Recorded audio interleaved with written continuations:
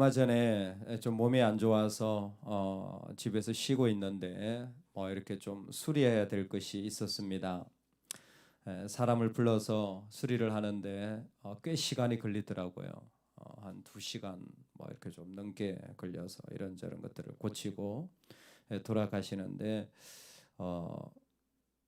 이렇게 손에다가 10,000원짜리를 하나 쥐어드렸습니다. 가서 식사라도 하시라고 수고해 주셔서 고맙다고. 그랬더니 젊은 분이 감사해하면서 아주 기뻐하면서 떠나시더라고요. 예, 뭐 먹을 거 없나 해서 찾아봤더니 먹을 거는 환자라 홍삼밖에 없더라고요. 그래서 일하는데 홍삼 하나 드리고 그랬는데 그때 다시 한번 느낀 게 참 주는 게 복이구나. 나누는 게 복이구나. 나야 뭐 10,000원 하나 없더라도 내가 뭐 힘들겠어요. 그 조금 뭐 괜찮죠. 근데 그분에게는 위로가 될 수도 있겠구나라는 생각에 마음이 많이 들었습니다. 여러분, 나를 내어주는 방향으로 사시기를 주의 이름으로 축원합니다. 특히 새벽기도 나올 때 이게 종교 생활이 되기 쉬워요. 이게 뭐냐면 그냥 내 만족으로 끝나기 쉬워요. 근데 더 주님께 나아가고 우리의 영적인 일들이 많아질수록요, 그 중심이 예수님처럼 나를 내어주는 쪽으로 나를 바꾸지 않으면 괴리가 일어나기 시작해요. 참 믿음 생활 잘하는 것 같은데 사실은 오히려 더 단단해지는 거예요, 내가.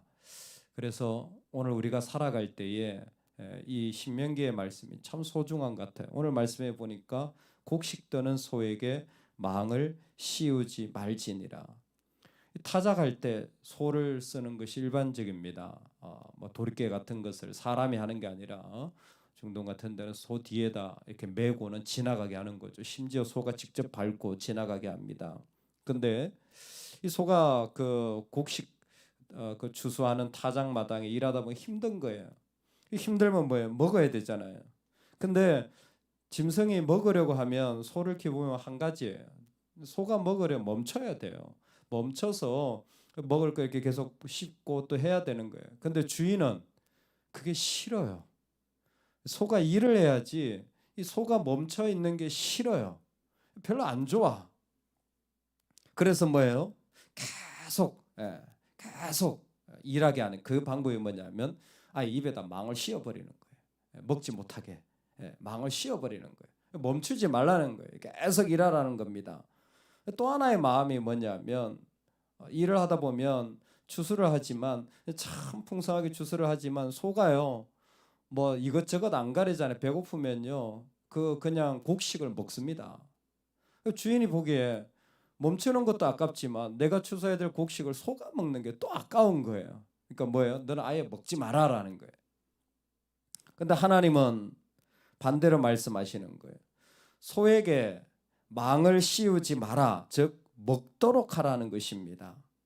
먹도록 하라는 말씀을 앞에 것과 이렇게 가만히 비교해 보면 얘들아 너희는 포도원을 추수해도 그 일부를 남겨놔라. 왜요? 고아와 가부를 위해서.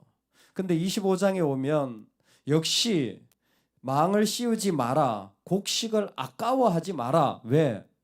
가난하고 힘든 자들이 먹을 것이 어떤 것이냐면 내가 그냥 추수할 것이 없어요. 이 사람들은 다른 사람 수확한 것을 의존해서 먹어야 되는 사람이에요. 그걸 의지해서 먹어야 되는 사람들이에요. 그러니까 이 사람들은 참 힘없는 사람들일 수 있죠. 그런데도 불구하고 뭐예요? 그런 그런 가난한 자들이 그 모퉁이의 것을 먹는 그런 권리를 인정해 줄 알아야 돼요. 그걸 존중해 줄 아는 사람이 되라는 것입니다. 우리한테 하는 질문은 이겁니다. 정말 아무것도 아닌 의존해서 살아야 하는 사람들을 만나고 대우하는 우리의 모습이 어떤지 하나님은 살펴보라는 것입니다. 이스라엘 백성이 약속의 땅에 있으면 그들의 중심은 성소입니다. 여러분, 성소의 최고의 모습은 하나님이 임재하시는 쉐키나입니다. 쉐키나 들어보셨죠? 무슨 말이죠? 영광이에요. 하나님의 영광이 임재하시는 곳이 바로 성소입니다. 그게 약속의 땅의 핵심이에요. 근데 제가 영광에 대해서 여러 번 설명드렸습니다. 영광의 뜻이 뭐라고요? 무겁다 그랬어요. 하나님의 영광을 위해 산다고 할 때 영광이란 말은 기본적으로 무겁다라는 거예요. 무겁다라는 거예요. 근데 여러분 그 앞에 3절을 한번 제가 읽어드리겠습니다. 40까지는 때리려니와 그것을 넘기지는 못할지니 만일 그것을 넘겨 매를 지나치게 때리면 내가 내 형제를 경히 여기는 것이 될까 하노라. 아멘. 한 사람이 잘못했는데 있잖아요. 때리더라도 그 잘못에 대해 재판을 하더라도 40까지만 때리라는 거예요. 40이 넘어가면 그 사람을 어떻게 경히, 즉 가볍게 쉽게 생각한다는 거예요. 이 사람이 잘못을 했는데도 분명히 재판을 받는데도 40대를 넘어가면 사람이 죽기 때문에 절대로 그렇게 해서는 안 된다라 하나님이 제한선을 두는 거예요. 여러분 우리가 하나님의 영광을 위해 산다고 할 때 기본적으로 하나님의 그 무거움을 아는 자들은 뭐예요? 가볍게 행동하지 말라는 거예요. 심지어 너한테 잘못한 사람을 향해서도 가볍게 행동하지 말라는 거예요. 막말하지 말고 함부로 네한테 잘못했다고 할지라도 절대 그렇게 해서는 안 된다라는 거예요. 그리고 뭐예요?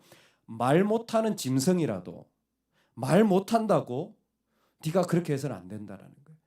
가볍게 해서는 안 된다. 네가 정말 무거운 하나님을 가지고 있다면 절대로 그 말 못하니까 가만히 있으니까 쉽게 여겨서는 안 된다라는 것입니다. 하나님은 소들에 일용할 양식도 생각하시는 분입니다. 우리 주님은 들풀도 입히시는 분입니다.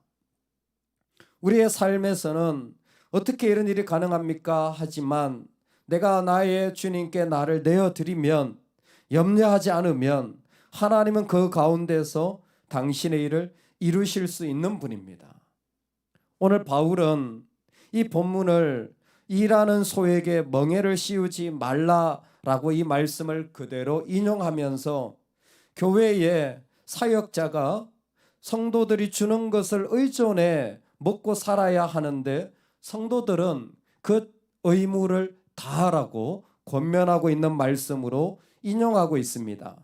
특별히 다스리고 말씀을 가르치는 자들을 배나 존경할 것이라 라고 하며 2배로 소중하게 여기고 실제적으로 2배로 책임을 지라고 강조하고 있습니다. 이 모든 것은 바로 무거운 하나님을 모시고 사는 사람들이 살아가는 삶의 계명입니다. 어떤 계명입니까? 십계명이에요. 십계명이 뭡니까? 내 이웃의 것을 탐내지 말지니라. 탐내지 말지니라. 십계명 마지막 계명을 모세는 이렇게 설명합니다. 얘들아, 더 안 가져도 돼. 욕심 좀 내지 마. 뭐예요? 들풀도 하나님이 먹이셔, 입히셔. 근데 뭘 그렇게 염려하니? 이거 없다고 저거 없다고 늘 그렇게 생각하는 사람들은 뭐예요? 사실 욕심에 내가 좀 더 가져야지 뭔가 되는 이 욕심을 못 끊어버리는 거예요. 여러분 예수님 믿으시기 바랍니다. 할렐루야. 예수님 믿으면 내 안에 이 탐심의 문제가 해결이 되어져요. 예수님이 안 채워지면요 끝없이 나한테 없는 것만 보여요. 왜? 채워져야 되니까. 욕심이 끝나지 않아요. 근데 오늘 이 말씀에서 욕심의 또 다른 부분을 보는 거예요. 이 주인이 가지고 있는 욕심이 뭡니까? 사실 욕심은 내가 더 가지는 것도 욕심이지만 사실 내가 더 가지지 않고 내가 마땅히 해야 할 의무를 하지 않는 것도 탐욕이라는 거예요. 난 그냥 편하게 지낼래. 나는 그렇게 수고하지 않을래. 나만 잘 지내면 되지. 또 욕심이에요. 왜? 나를 단단하게 만들고 나를 위하여 살아가고 있는. 그러니까 그런 일들이 있는 사람들은 뭐예요? 가볍게 여기는 거예요. 하나님 나라의 공동체 속에 가볍게 여기는 거예요. 나만 살면 되는 거예요. 이게 탐욕의 모습이에요. 이 탐욕의 모습을 오늘 우리가 이 땅에 살아가면서 도전하는 겁니다. 마땅히 해야 할 역할과 의무가 다 하라는 거예요. 그 왜 피하냐는 겁니다. 왜 탐욕으로 욕심으로 살아가느냐는 거예요. 오늘 우리가 살아가는 삶의 자리에 여러분 우리가 하나님 앞에서 살아가며 소중하게 여겨야 될 자리가 있다면 주의 이름으로 그 자리를 걸어가시기 바랍니다. 내가 먹이는 것이 단순히 음식만이 아니지 않습니까? 내가 해야 할 의무의 자리를 그것이 말 못하는 짐승이라도 내가 생각할 때는 정말 쉽게 생각할 만한 것들이라도 그렇게 하지 말고 최선을 다하라는 것입니다. 세계대전의 영웅이었던 윈스턴 처칠은 태어나면서부터 칠삭동이었고 평생 동안 폐렴으로 고생해서 전쟁 이후에도 폐렴에 죽게 되었어요. 근데 그 폐렴을 고침받게 된 것은 다름 아니라 적국의 의사였던 게르하르트 도마크라는 사람에 의하여 개발된 설파제라는 약이었습니다. 페니실린이라는 약이 있었는데 사실 처칠은 그것이 다 검증되기도 전에 이 독일에서 만든 이 약의 도움을 아직도 역사의 미스터리라고 합니다. 어떻게 적국의 의사가 개발한 것이 상대방 그 우두머리에 병을 치료하는데 쓰이게 됐는지, 그게 어떤 경로로 그렇게 들어가게 됐는지 알지 못하지만 참 재밌죠. 서로 목숨 걸고 싸웠던 나라의 이야기지만 오히려 치료해 주는 관계로 마지막은 장식되게 된 것입니다. 우리가 그러면 좋겠어요. 일하는 소에게 망을 씌우지 않으면서 정말 필요한 자리에 우리가 가서 나를 내어주고, 그것이 적국이든 그것이 나에게 좀 더 힘든 일이든 그것이 이 땅에 더 많은 것을 요구하든 기꺼이 우리에게 오신 주님처럼 나를 내어주는 은혜가 있기를, 그 의무를 다하는 은혜가 있기를 주의 이름으로 축원합니다.